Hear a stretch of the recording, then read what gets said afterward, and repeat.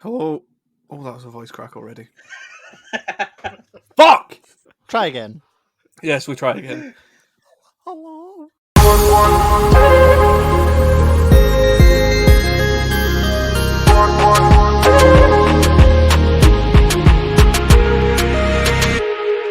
Hello, welcome to the Five Side Podcast. It's Friday, and there's only four of us, but we roll with it. Matt's missing in action, so I'm joined by Ross Stewart, Evening. Patrick, Good evening. and Craig Gregor. Well, I'm not going to say if it's going to be a good evening or not until later, so we'll wait and see. Just evening then. Oh yeah, No, because it may be a bad evening. Yeah. I need to You're specify. not just staying neutral for the point. it's Friday. It's the final night of the championship, and there's a lot to play for there. We'll get on to having a wee chat about that in a bit. I was going to say in a minute, but it will not be a minute. It'll be a few minutes. And Tuesday, Thursday was midweek games. It was quite intense in the League One and League Two. And in League Two, Queen's Park just continued their, well, not continued. They picked up on decent form again with 2 wins during the week. Jesus Christ!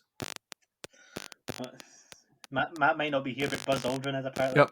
Apparently is here. Jesus Queen's Park with 2 wins, and one of them was a 2-0 win last night over Edinburgh City. It was in Falkirk because obviously Queen's Park don't have a stadium anymore. And it was early, the first goal from Louis Longridge. Yes. I think it's a criminal bit of defending from midfield defence, and the goalkeeper should be more than level to it, but it just isn't. And it's struck from 25 yards out, and it just sails over the goalkeeper with some ease. The goalie should have done quite a lot better with it. I think anyone that's seen the highlights would agree with that. I don't know what I don't know if the keeper's just badly positioned or if it's just didn't expect it. Or I suppose at that level, you don't expect players to just pop up and hit shots like that, but still criminal in my book. I think it just shows the sort of difference between Queen's Park and Edinburgh City. Queen's Park won the league, obviously.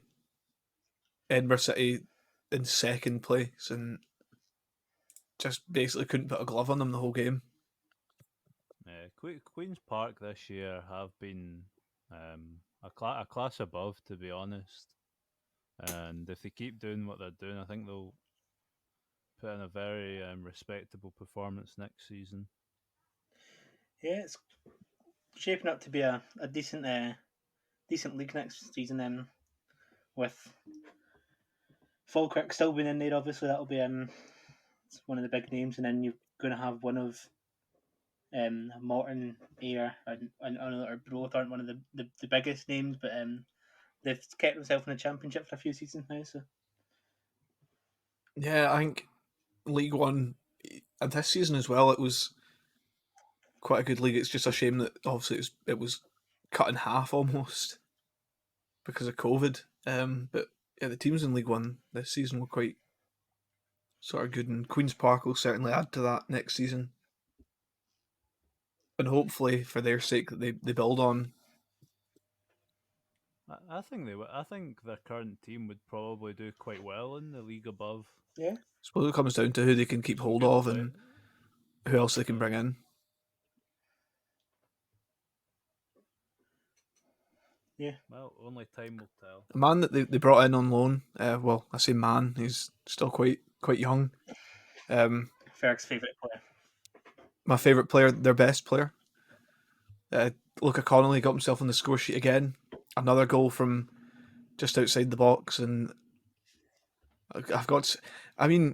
it's well hit, and it bounces before it goes in, but I don't know what the goalkeeper's playing at. It's almost like he deliberately jumps over it when it's hit. Just League Two standards, to be fair. It's good to see Luca Connell, a guy who's obviously aspirations of playing at a higher standard, going out and proving his worth. Because it's not an easy. I don't think there's any league in Scotland you can go into and you're going to get an easy game. There's always guys who have played the game at a higher level, experienced pros, etc., mixed with guys who are up and coming. It's actually a really good move for him to learn his trade. So, Yeah. I mean, it's a good league for young players. Like, he's only 20. To go out on loan to a league like that, he's done reasonably well for a midfielder since he's been there. I think the key now for him is next season to not go out on loan again, is to try and break into the Celtic first team. I think it'll be tough for him to break Yeah, it straight will into be. Celtic Yeah, first team. but I think you could probably do another loan season. it's one of those ones where potentially you get don't want him to end up. a championship couple. Yeah, you don't want him to end up like some of these players at Celtic, like that have been at Celtic, younger players that then end up, they go out on one loan and they're fairly impressive and they come back to the club and then they're sitting in the club for a bit and then nothing really happens and then they go back out on loan again and it's just like a recurring cycle of like just keep sending them on loan. It happened to If Calvin Miller. He was quite highly thought of in his age group when he was at Celtic and he just never managed to break into the team and sent out a few loans and that was kind of set for him. He wasn't going to play for Celtic. Calvin Miller didn't have the right attitude for it, in my opinion.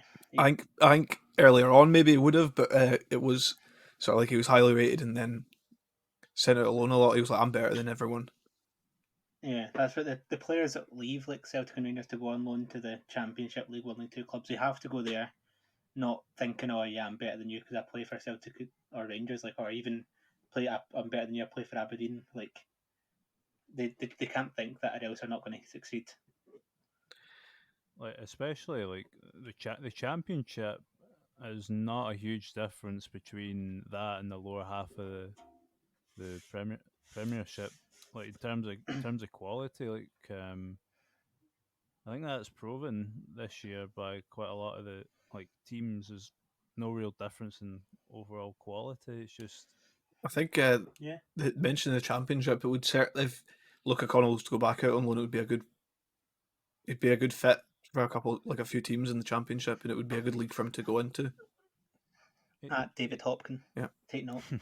it does have the potential to get in and around the Celtic team, provided Celtic's new manager and a good pre-season. If he's got, I don't know if Celtic have set plans yet of what they're doing pre-season, but if you could get maybe 5-6 games where a new manager could come in and assess the squad fully, I think that would be extremely beneficial. I've certainly liked the look of him now that he's getting sort of full-time football, if you know what I mean.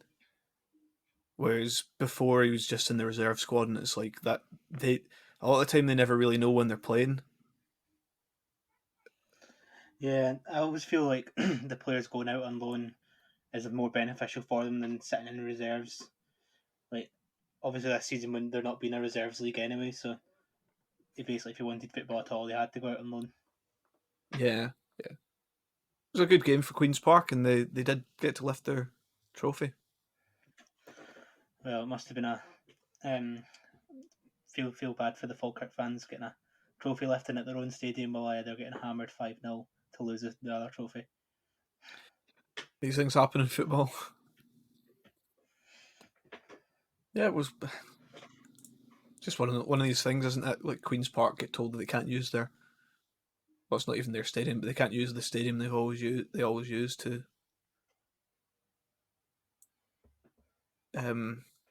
yeah. I don't know, I was going somewhere. So they have to basically loan someone else's stadium. Fair play to them, they've got their trophy and they'll be keen to sort of build over the summer and get going, because I think that's them done in fixtures. Well, there's still some League 2 fixtures at the weekend. I don't think they can be done. Oh no, they've still got one game. Yeah. The next game is on. The last game's on Tuesday. Yep. Against Elgin. Stranraer still have a chance to push for a promotion playoff place. Boo. Well, every team that in that league, really, they're all separate, only separated by a point. So that Stranraer can get promotion and Hearts can do another tweet saying Oh, with their more embarrassing things compared with them in Partick. Why we got affected the most by the pandemic. I think at this point the relegation place of Brecon is confirmed, pretty much. It was confirmed, yes, on Thursday with a tremendous victory for Annan Athletic, 3-0. It was also confirmed that the Pyramid playoff scheme will take place, so that's a big boost for Broda and Kelty, because I'm sure they fancy their chances to beat Brecon right now. Fancy my chances to beat Brecon. Yes. Nothing else, nothing of note really happened in that league. Nothing that made any changes really. So, well, League One. Before a big shout out to 40-year-old Peter Murphy, who came on Thursday for the last 13 minutes of the 3-0 victory against Brecon. It was a tremendous moment for such a veteran player. I mean, he done the job at Ayr, that's for sure. Are they hit that bad with injuries, or did they just fancy playing themselves? Obviously, we thought, oh, fuck it, lads, it's Brecon. I'm just going to stick myself on for the last 13 minutes. Aye, these are the things that must be done. Was he still so calm on the ball like he always well, obviously the highlight package only shows the highlights, only seen the goal, but he looked calm and composed when he was celebrating. So he never put a foot out. Well, they didn't concede, so that's all I can take from that. Let's move on. League One. Tuesday night, we left it where we were recording our podcast while all the games were happening, and it was we left it, and Partick were really sort of piling on pressure to the other teams in the league, trying to. Well, they all pretty much sealing it as their league championship on Tuesday night. Drawn 2-2 with Cove Rangers. Cove Rangers thought they might have nicked it near the end, but they didn't. And Partick came back and taking it 2-2, just taking a point was quite good for them. And last night, Partick hosted Falkirk, and they absolutely destroyed them, as Craig alluded to earlier. Some way to win the league. Some way to win the league. I mean, a season which has been cut short slightly. Partick didn't start greatly. They weren't playing great football after lockdown and all that. And Falkirk were a little bit ahead. They were ahead of the other two teams that were sort of fighting for this, and they've fallen off a cliff considerably. Very, very recently. And this summed it up for them. 5-0 to Partick is, well, it was embarrassing for them, really. I've seen a lot of folks saying, like, if you ask Partick fans at the start of April, and they drew 2-2 East Fife, they only just managed to get a draw with the last kick of the ball. Did they think they were going to win the league a month later? But then they went on to win 5 games in a row, not conceding a goal, and they stormed their way into the top, which is fair play. Yeah, they've built up some form, and Falkirk have dipped out. I mean, Cove Rangers, they've done well because they were looking to be a little bit out of it a couple of months ago, but they've fought their way back in as well, and taking it down to the last couple of games is fair enough considering they were in Highland League 3 years ago or something. 3 years ago. People don't appreciate how far Cove Ranger have actually come in such a short period of time. I mean, you can talk about the money and all that, but you still have to build a decent team, and you still have to be well managed and play well. So a lot of the teams in the Lowland and the Highland leagues they're good teams. It just sometimes it's actually more beneficial to stay there money wise. It costs more money for them to come up into the league system, etc. They're also really competitive leagues. Once they do come up, they have to make sure they push on and they don't hold back. and Cove have done. Edinburgh City, they're one of our team that came up, and they're not out the league yet, but they've always been top performers really, in League Two, and I'm sure whether Bro or Kelty Hearts come up, or if Brecon manage to stay up, that is also a case. But if Bro or Kelty Hearts come up, I'm sure they'll push on as well and do decent. You got to think this is a real sort of kick in the guts to Falkirk. I mean, I can remember not that long ago, but a fair time ago, like they were pushing for promotion out of the championship and looking good, and they were like, people were thinking, oh, we could have Falkirk in the premiership, and just in the space of a few years, I know they've had their troubles financially and everything, but just in the space of a few years, it can all go downhill so quickly. Yeah, very much so.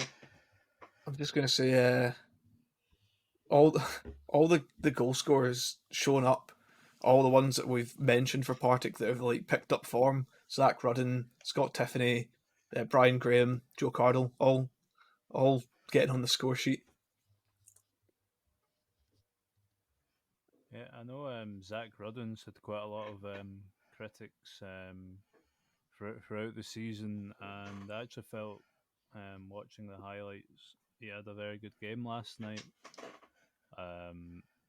Some of his runs were quite good. Obviously got a goal. Overall, a pretty good performance, and he's still really pretty young. Like, you forget that 21, yeah. obviously he was at Rangers, it didn't work out. He then joined in Plymouth Argyle. Didn't really work there either. So. I think it's the thing when he first came into Partick, it was late on. Well, not late on, but like he came in halfway through a season and didn't really get a chance to establish himself. And this season, I know it's a league lower, but he's kind of broke into the team and, what was it, 6 goals or something in 12 games in the league. Yep. That's fairly decent. The main thing about him is I know he's only 21, but if he did have more consistency about his game, I'm sure he would be playing at a higher level. But that's something he can improve on. I'm sure where he stays at Partick next season, or where he tries move to a different championship team, or maybe even a lower end League One, lower end Premiership team, he's got that option. He's certainly good enough. I think it's certainly, for me, I think he should stay at Partick. They look to be back on the up again. If they can build a bit, because obviously some of the players that they've got are a bit aging and needing sort of refreshed, and build a bit on what they've got, they can put up a good challenge for winning the championship next season.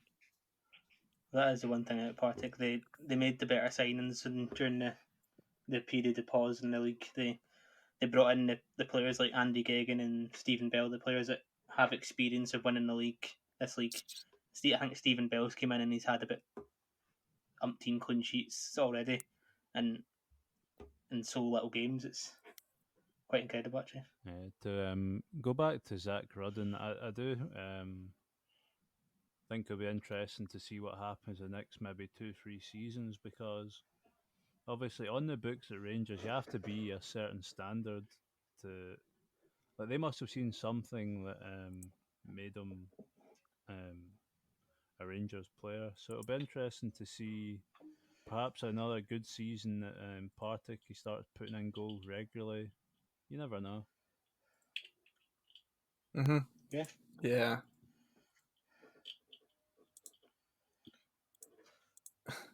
I don't know. The Partick team's they've come from a long way down. You know what I mean? Like, they dropped so low, and they hit rock bottom, and everyone sort of they were laughing stock of Scottish football for a while. And they've picked themselves back up, and they've moved on from that, and they seem to be back in the rise again, but all will be proven over the summer and then into the start of next season. I think it's because the championship's so tight. Any team, if they have a good summer in terms of bringing players in, keeping players that are good, they can do well. There's not much difference between the promotion end of the championship and the relegation of the championship. Mm-hmm. That is the main thing. Another player that Partick did bring in was Scott Tiffany, who has got 7 goals in 10 games, and he's a winger, which is quite incredible. To be fair, quite good stats to put up. Which I'm sure when he goes back to Livy, he will be looking to push more into their first team. I know that he did get 12 games for them this season before moving to Partick, so Yeah, we'll see how he goes. It's actually like before starting this podcast, like my lower Scottish football knowledge wasn't the best, and I'll happily admit that. But it's great to see young guys, etc., like developing and building on, and it's real good to see for the future of the Scottish game. A lot of these guys are really young and already performing at such a high standard. It'll be great to see what a lot of these guys become in the future. I think it's always been like sort of my favourite thing about the lower leagues is getting to see a mix of like old I don't want to say old, but like older professionals. So maybe players that have been there, seen stuff, done that, and they're just sort of not seeing out their playing days, but like they can still play at that level of a lower league. Yeah. And sort of like hand-on experience, because a lot of these teams do have younger players in them. I think if you can get the blend of a couple of young players with some of the experienced pros that are starting to slow down slightly, I think it's quite an interesting combo. A lot of guys can obviously still play at a high level, but having a nice blend between the two makes an interesting watch. That's something McCall's been quite good at the past seasons at Ayr and at Partick anyway. Like at Ayr, he always had that experience base, like where he brought in Mark Kerr, Stephen Bell, etc. But he also had the young players like Mike Rose, like Shankland as well. He's quite young, or was quite young when we first got him. But that he's always been good at getting that blend. Yeah, huge. Sort of, he's a good manager, but yeah, he's a rat. He's a rat, but he's a good manager. He is a good manager. Cove Rangers, they played last night as well. Sort of, they needed a win to have any hope, and Partick to lose. Obviously, Partick emphatic winners, but they got themselves a win. That a win that should secure them. It secured them playoff spot. Yeah, it secured them a playoff spot, but I mean, it should secure them second, barring disaster for them in the last game. Yeah. Well, yeah, and second gets them. Oh, the second play third, don't they? I think, yeah, in the playoffs. So they'll be playing Airdrie or Falkirk, who they've performed reasonably well against both teams this season. It's just whether they'll be able to do it in the playoffs, whether the pressure of it will push will stumble them or not. Yeah, it was a Mitch Megginson double in the game, but from watching the highlights at the start, I've completely lost. Montrose were fair in it. They had a couple of chances in the first half. Yeah. It was just before half time that Mitch put his first away. He's a good player.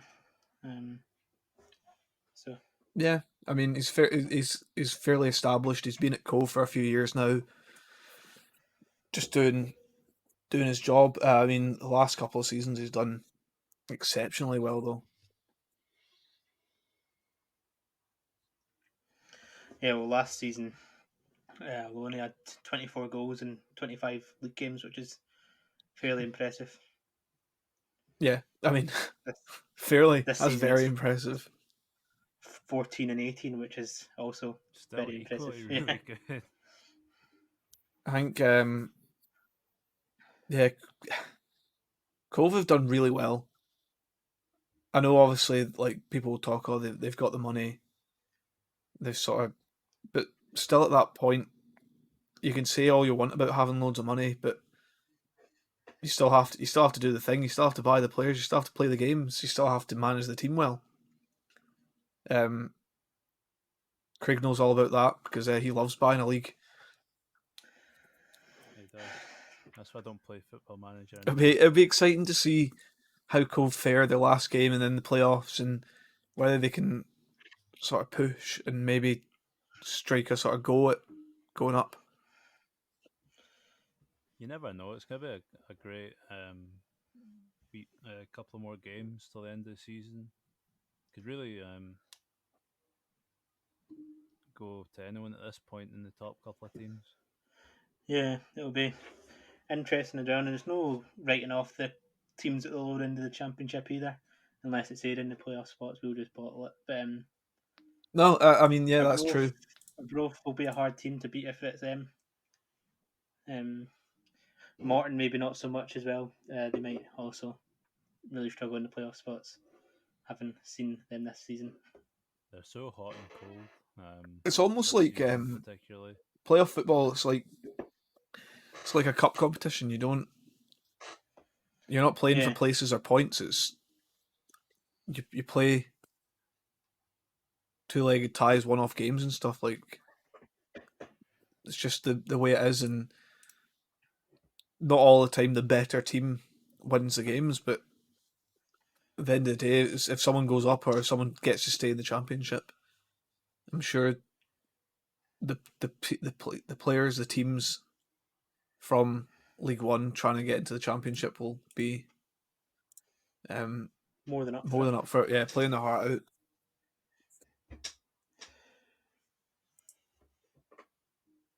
I think that's all the games, unless I've missed something. Well, there was the lower end of the League One. Oh yeah, Well, with I just skipped over that. Sorry. Forfar managed to get a 93rd minute winner to a 92nd minute winner, which stopped them getting relegated last night. Still gave them a very slight fighting chance. Yeah. So, although albeit they are 6 points behind with 6 points left to play for, so it'll be very slim if they do manage to pull it off. But stranger things have happened. Yeah, I mean, it's going to be a tough one for them. And obviously with now the issue that came up when East Fife were going to play Clyde, that could play into it as well. Yeah, very much could. Although that issue was very quickly resolved. It seemed East Fife accepted their fine. The game will be replayed on the Thursday before the Thursday after the season finishes. Sorry. Obviously to me is mad. Like East Fife only trying to look after their players and the players' families and whatnot, and yeah, I still Like, it get also boils down to the varying stories. Like, Clyde were saying that the player tested positive while a lat flow, and then self-isolated, and then got a PCR test, which then confirmed the positive, which came in just before kick-off, but he hadn't been with the squad. But East Fife saying the opposite and saying that they had been in the dressing room and he'd been on the pitch warming up. Yeah, I think the thing is he was in the squad. He was on the pitch. He was on the bus back from Peterhead on the Saturday. So I don't understand it because it seems bizarre to me. If you get a positive test, doesn't matter whether it's a lateral flow or not, you should still based get on the law. It says on the form when you take that test, on the form you fill out, it says I agree to follow self-isolating procedure and then do a PCR test as well. I just feel like based on the law, the Clyde players should be isolating, but I don't I don't understand how it works for the football teams, because obviously when you're training with them, you're not deemed as close contacts at that point. But I would have thought being in a bus back from Peterhead, you would be deemed as a close contact, but who knows? We're not the experts. No, so enough of that. But obviously, yeah, that could play into it though, because it's a game that Clyde could win, and that could could push them out the relegation playoff spots. But make it's it also a game that they probably didn't need, because the game's now the Thursday, which will be before the Thursday just before the playoffs. So it's an extra game for them if they are in the playoffs. They're gonna more like less time to recover. And, yeah. Another thing, obviously, Inverness and Rafe are joint winners of the Tunnocks Caramel Wafer Cup. I never understand joint winners, but yeah. After it was the final was scrapped. I don't know about you guys. I couldn't really care. What a fitting way to end the Tunnocks Caramel Wafer Snowball Tea Cake Cup as we move next season to the SPFL Trust Trophy. Yeah, and I believe if he's still wanting to, before we do predictions, Billy has something to say. I do. To address the people. Yes, I do. I want to address the wider population here at the ineptitude of the SPFL and the SFA over the last 2 seasons. The last 2 seasons, to me, I don't know about you guys, but it's highlighted that our game is being run by clowns. The SPL side of things, you've got Neil Doncaster, who's a charlatan. He's a charlatan. He's more interested in making himself look good than actually making Scottish football look good.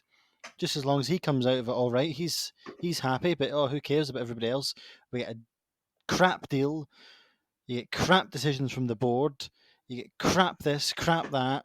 We don't care about racism. We don't care about mental health. We don't care about the key issues that are highlighted in the game. But oh fuck me, God, you have a sponsor that's on your shirt that shouldn't be on there. Oh fuck that, we'll deal with you straight away. £10,000 fine and fucking points deductions left, right, and centre. And then you go to the SFA. The SFA, they're bloody. They're even worse.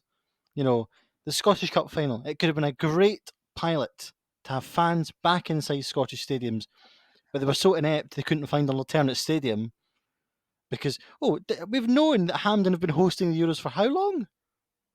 How long? And they couldn't find an alternate stadium? No, nobody could find it. Obviously everybody's must be fully booked. But these guys that are running the game, they're running this game into the ground. It is so infuriating to watch our game. For the last maybe 2-3 seasons, the youngsters that are coming through, we're thinking, oh, good, this looks good for us. But the clowns that are running this game, I don't have any hope. I don't have any hope that we'll achieve anything. Because we've got literal donkeys running this game. I mean, I did see not to interrupt you, Belmondo, but I did see a statistic that suggested that with Sky in particular, Rugby Union have got a better deal than we do and have 1/3 of the viewership, which to me illustrates everything you've been saying about how poor the TV deal was, how inept Neil Doncaster is, etc. Sorry, I'll let you continue. You're exactly right. The Sky Sports Rugby League deal. Now, what that Rugby League deal has enabled, that has allowed now the finances that have been generated from that has enabled video referees to be used at every rugby league game. Maybe if there was a substantial television deal that maybe generated more money, which it seems to me we could generate because the Scottish game is growing. Maybe that could be something that could be brought in, because right now, as a country, we have quite possibly the worst. I mean, how many weeks do we spend? How many after games do we spend talking about decisions? Okay, let's not take the English VAR route, because that's a disaster. Would be here all night talking about it. But right now we're a country here. We're a country. We've got 42 professional clubs, 42 people that play in the pyramid, the senior level pyramid, and then you've got the people that are trying to aspire to get into the pyramid. At the top games, your your Glasgow derbies, your Edinburgh derbies, your Dundee derbies, your Ayrshire derby, all these derbies. Out of a pool of officials, Your Highland derbies. Whatever. We have. I could honestly, I could count 4 people that I would trust to take charge of any game because the whole system's inept. It's a political system designed to fill the pockets of those that are at the top, and the little man gets left out. It's a joke. Everything's a bloody joke in this country with the system. Clubs that get shafted in this. Okay, it'd be unfair for Brecon to be Club 42. No, it wouldn't. No, it wouldn't. You're bottom of the league. 9 points. Yeah. Now, how's it unfair? It's not as if we've said, we're going to pick the 6th place team to be playing in the playoff. No, it's the team that finishes bottom. It really riles me up because the game has grown so much in the last few years, and the quality of youngsters that have come through. And the SPFL and the SFA, we're just going to shaft each other and shaft the fans. God help any ordinary person on an ordinary wage that wants to follow their team if their team's in the Premiership. Don't get me wrong, our TV deal is terrible, but I wouldn't put that down to purely Neil Doncaster and the SPFL being inept, because there was one company bidding for the TV rights, and you're kind of hard pushed when there's no one else going for it, no one else wanting it. You're hard pushed to bargain with them at that point. Yeah, you can go, "Oh, give us this and that," but if they come back and go, "Well, we'll give you this and that," you've got no deal. You've got no option but to say yes or not get any sponsorship money from TV deal at all. That's my issue with it. It's not that they've accepted a bad. Well, they've had to accept a bad deal. It's not that they've chosen this bad deal out of a very sort of selection of deals. They've been given one offer from one company. Other companies had the option to do so and didn't want to pick it up. So it's not the SPFL's fault on that front. It's a bad deal, but there's nothing they can really do about it. But it's the SFA and SPFL's job to show the likes of BT why they should be bidding for the okay, this is what we'll bring to the table, etc. And make our game actually look good and not yeah, that's fine, okay, yeah. I don't even think it's the fact that we didn't make our game look good. Like, BT had plenty of perfectly good games on the TV for them. They were, I mean, a fairly competitive league, and they just decided when it came up for bidding that they didn't want to go in for it, even though it had been suggested that BT did the best coverage of Scottish football, and people would be quite happy for them to fully have all the league coverage for it as well. And for them to just back out and not want to go for it at all was bizarre to me. Obviously, there's stuff in the background that we won't know the full reasons why they never applied for it. They might have not had a good relationship with the folk at the top of the SFA and SPFL, etc., or they might just not have wanted it. But there's so many things, as Billy said, there's so many things wrong with our game right now. The fact that we're supposedly the 11th best league in Europe according to the coefficient rankings, and we don't even have goal line technology. Yeah, that's standard practice these days. Yeah, it seems to me like BT just rather would want to focus on English football and European football, because they've put a lot of their money and effort and time into that. So I think it was more a case of that than anything else. They show the National League though, which is a worse standard than the Premiership. But it's English football, so it's the 5th tier. They also show rugby. That's the thing. As you said, obviously the football has a higher viewing rating than the rugby, but they still show the rugby. They still show other sports as well that will no doubt have a lower viewing ranking than the Scottish football. You've got to admit though, the rugby league deal being the same value as the Scottish football deal when there's only 1/3 of the audience, that can't sit right with many people. No, it just can't. But it's no disrespect to rugby, because obviously they deserve a good TV deal as much as the next person. Yeah, but It's just they must be better at bargaining than other people. Like we could talk about it for years to come, but nothing's ever really going to change because it's all just the same people for years gone by, and nothing ever really does change. Like it, it's our game's improving. Like I think over time, like we're gonna be in the top 10 leagues in Europe. And as we progress, like we need to start looking at ways to cement our place there. And people look at our game and go, actually, we're not as bad as people say. Because we're gonna have plenty of teams in Europe next season. Scotland are in the Euros, etc., etc. It's all huge positives.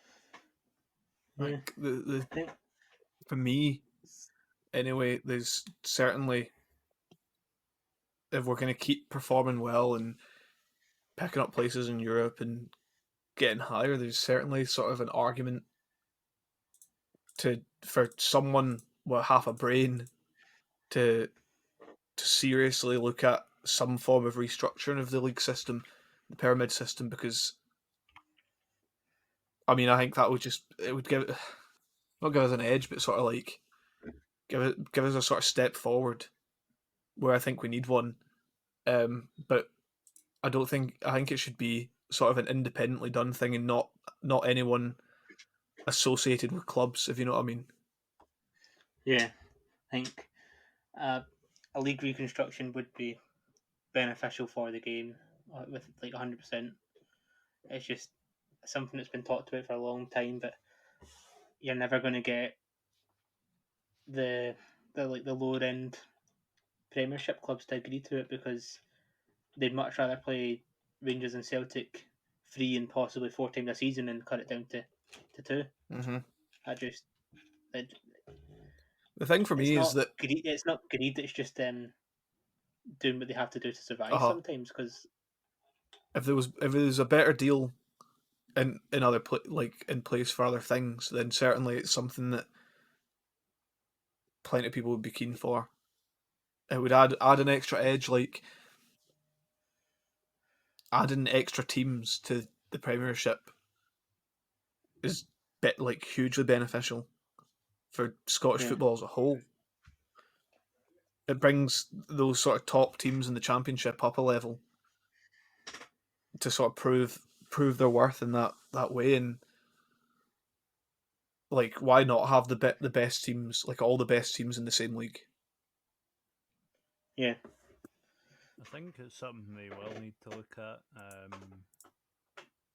I know not everyone's likes the idea of having a couple of more teams in the top flight, but I think it probably would, all in all, improve the game. It might take some time because there's going to be a transitional period and etc. But over time, there's going to be real competitive games. We've seen that in the cup where championship teams would go out and knock premiership teams, yeah, etc., etc. If we could have that week in, week out, where teams are having close games, etc., and the league's tight and it's close, it's exciting for everyone.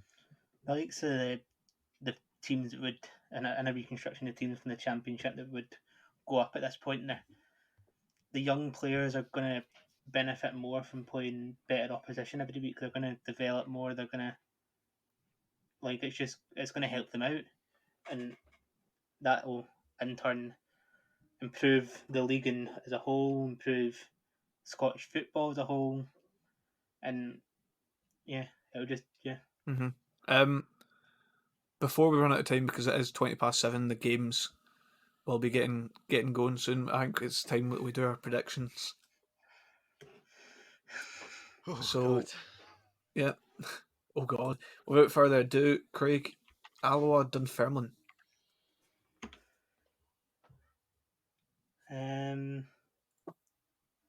Oh, 2-1 to Alloa. Score draw 1-1.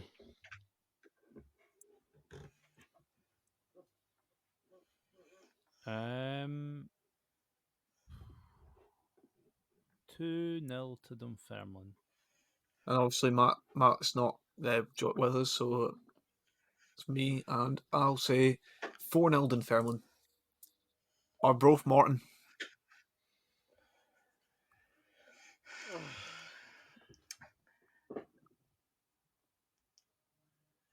3-0 to Arbroath.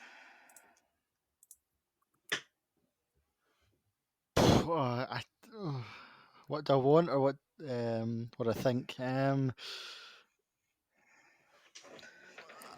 going to go score draw 1-1. It would be unlike you to do such Yeah. a thing. I'm going to say Arbroath 2-1.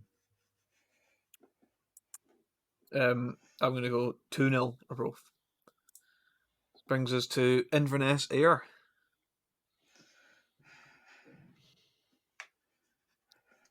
It's okay, Craig. You can say 3-1 to Ayr. 3-1. I thought I was going to say 3-1 to Ayr. 3-0. Oh, Jesus God. 0-0. This is the Boarfest. 0-0. This is not to lose.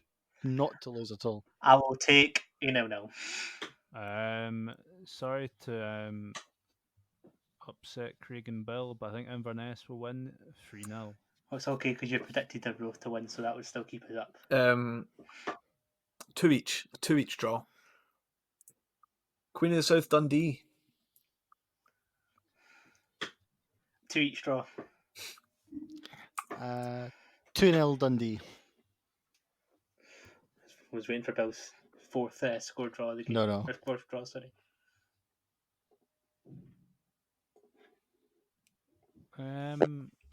This could be a real close game.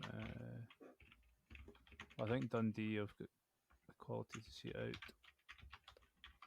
1-0 Dundee. 3-1 Dundee. Wraith Hearts. Boarfest 0-0. 1-0 Hearts.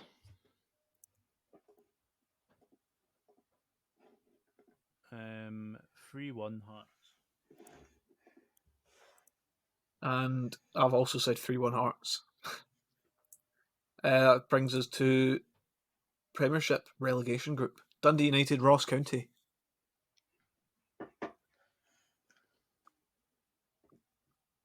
2-0 Ross County. 2-1 Ross County.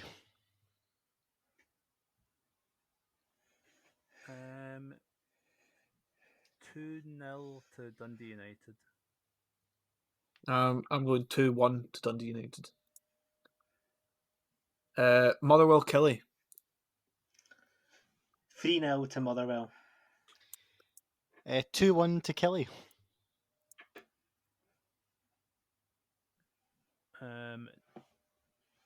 1-0 to Kelly. Score draw, 1 each. St Mirren Hamilton. 2-0 to Hamilton. Bye Hamilton. 3-0 St Mirren.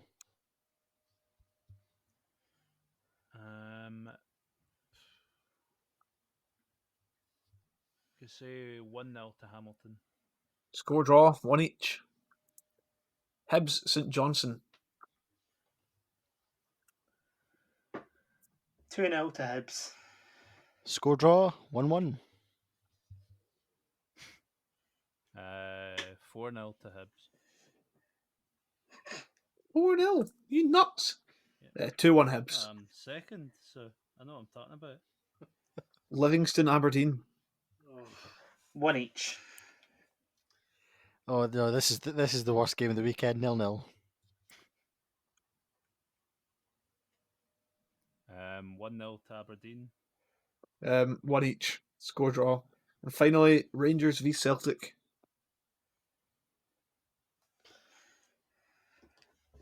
2 each. What? I don't know.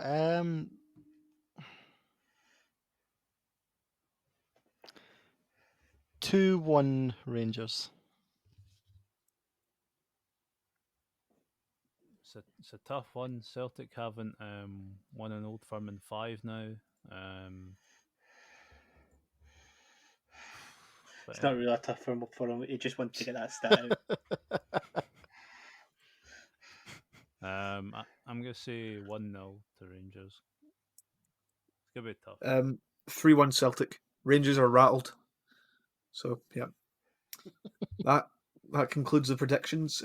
Jared just not going for any no draws in the Premiership or Championship this weekend, folks. Don't pick no draws.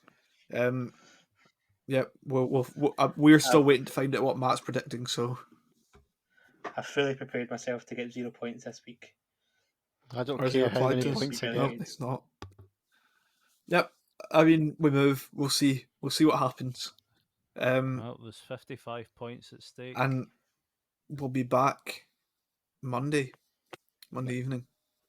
So I hope everyone enjoys their bank holiday weekend again. It feels like it was bank holiday weekend not that long ago. But yeah, hopefully everyone that gets a bank holiday on Monday enjoys their bank holiday. I certainly will. Billy certainly will. I will. And it's goodbye from Billy.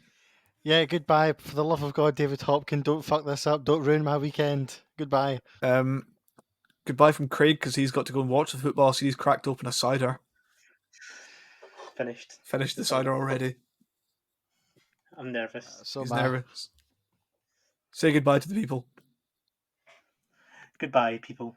And Jur, bid your final farewell. Yep, farewell. I will bid my final farewell, as Ferg says. As always, thanks for taking the opportunity to listen to us. I really appreciate it. Remember that you can message us your scores and see if you can beat us. If you've got a brain, you could probably beat Craig, so put your scores in and see if you've got a brain. It's a hurtful comment. That was a long goodbye from Jur. A heartful but true comment. Yep, I've had an absolute nightmare tonight. My mouth is not working. It's not connected to my brain. Hopefully I don't have a nightmare in the predictions. And yeah, we'll see you next time. And hopefully Matt's here. We have been the Five-Side Podcast, 4-side for tonight. Goodbye, good night, and God bless.